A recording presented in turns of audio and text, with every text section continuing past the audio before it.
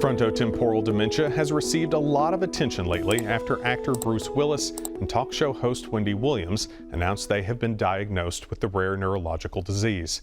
The Alzheimer's Association in Kentucky says while rare, it is one of the most common drivers of dementia in people under 65. Hear more now on the types of dementia, symptoms, and ways to keep your brain healthy in today's medical news. Dementia is an umbrella term, and so it is caused when an individual has issues with memory, thinking, and reasoning. And so it's not just one disease. This can be caused by Alzheimer's disease, vascular dementia, frontotemporal dementia, which is also known as FTD. FTD is when your frontal lobe and your temporal lobe are affected.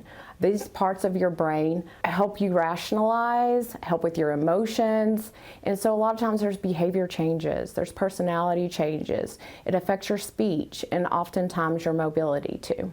So early detection is important because you have more options in treatment and also gives you time to plan. Some of those warning signs that a lot of people come to us and is like, well, I forget my keys sometimes. Like, is that a warning sign?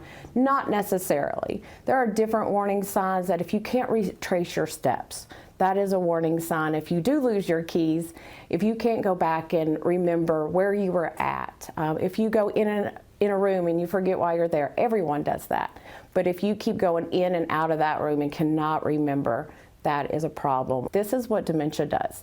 It interferes with your daily life. So if you're used to doing something that you're no longer able to do, if you're not being social like you used to. So there's a lot of misconceptions about behaviors too that come with Alzheimer's, like maybe you'll get angry or mean, but when you meet one person with Alzheimer's or dementia, you've met one person. So every person, just like our brains, are different, and there's different techniques and strategies to help that person live their best life, and that they are still a person and they need to be treated with dignity. With the Alzheimer's Association, we do provide education programs that help with some of those communication strategies, understanding the different behaviors, because as you progress through the disease with Alzheimer's or related dementias, your communication skills change.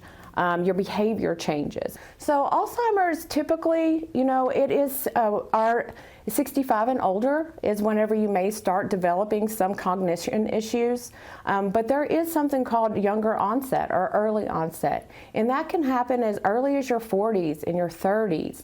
So it's important to have the knowledge of what those 10 warning signs are, what the disease is at the start of life. It's never too late to have healthy habits. We talk about what's healthy for your heart is healthy for your brain.